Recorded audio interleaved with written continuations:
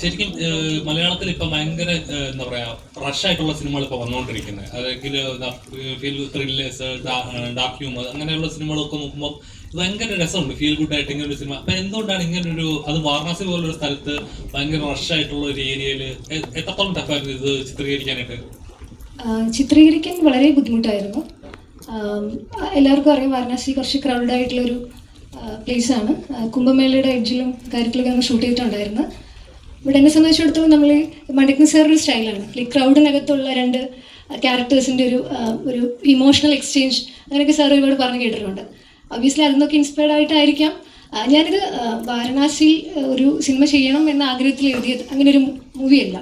ഞാൻ എൻ്റെ ഒരു വെരി ഫസ്റ്റ് സ്ക്രിപ്റ്റ് എന്നുള്ള രീതിയിൽ ഞാൻ വേറൊരു സ്ക്രിപ്റ്റിൽ വർക്ക് ചെയ്യുന്ന സമയത്ത് ഒരു യാത്രക്കിടയിൽ വാരണാസിയിലോട്ട് ഞാൻ വളരെ അൺഎക്സ്പെക്റ്റഡ് ആയിട്ട് ഞാൻ പോയതാണ്. ഒരു പെട്ടെന്ന് നമുക്ക് ഒരു വിശ്വാസമുണ്ട്, വാരണാസി നമ്മളെ വിളിച്ചാലേ നമുക്ക് അങ്ങോട്ട് എത്താൻ പറ്റുള്ളൂ എന്നുള്ളത്. നമ്മൾ എത്ര ട്രൈ ചെയ്താലും പലപ്പോഴും നമുക്കത് പോകാൻ പറ്റാറില്ല. അപ്പം അങ്ങനെ എന്താ പറയുക, ഒരു മൊമെൻറ്റിൽ ഇങ്ങനെ വാരണാസി പോകണം എന്നുള്ള തോട്ടിൽ പോയതാണ്. അവിടെ ചെന്നിരുന്ന് എനിക്ക് ഇപ്പോൾ എന്നോട് ചോദിച്ചാൽ വാരണാസി എന്ന് പറഞ്ഞാൽ it's an emotion for me.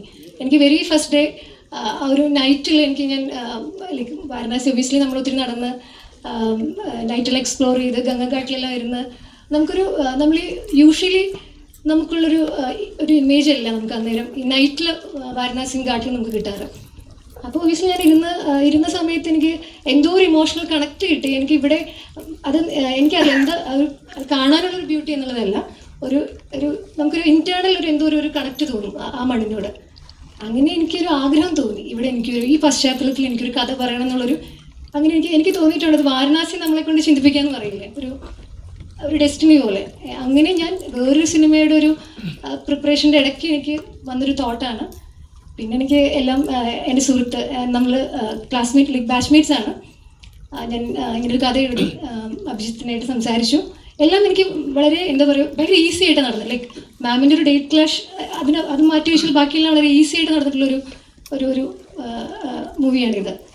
അതായത് എനിക്കത് അങ്ങനെയാണ്, ലൈക്ക് എല്ലാം ഒരു മാജിക്കലി അഭിജിത്ത് ഇൻവോൾവ് ചെയ്തു, മധു മാം, ഇന്ദ്രൻ സാർ, എല്ലാവരും, ഗോവിന്ദ സാർ, എല്ലാവരും നമുക്ക് ഒരുപാട് എഫേർട്ട് ഇടേണ്ടി വന്നിട്ടില്ല. എനിക്ക് തോന്നുന്നു ആ കഥ എഴുതിയതിൻ്റെ ഒരു എഫേർട്ട്ലെസ് അതെനിക്ക് എല്ലാ ടെക്നീഷ്യൻസിൻ്റെ കാര്യത്തിലും എനിക്ക് അവരെ കിട്ടാനുണ്ടായിട്ടുണ്ട്. ഇതാണ് ആൻസർ എന്ന് വിചാരിക്കുന്നു. ഇതാണ് ചോദിച്ചത് മാം. അതുപോലെ തന്നെ ഫസ്റ്റ് ഷോട്ടിലും എന്റെ നാരായണിക്ക് ഭയങ്കര രസമുണ്ടായിരുന്നു.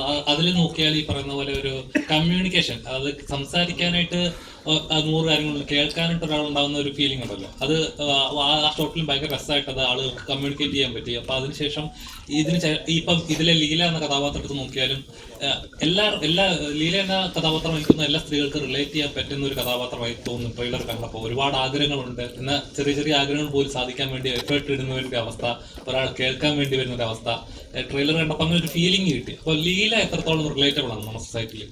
ഒത്തിരി ലൈക്ക് എനിക്ക് തോന്നുന്നു ഫീമെയിൽ എല്ലാവർക്കും ലീലയെ ഇരുകയും നീട്ടി സ്വീകരിക്കും എന്നുള്ളൊരു വിശ്വാസമുണ്ട്. Like she is so pure, like എല്ലാവർക്കും കണക്റ്റ് ആവും.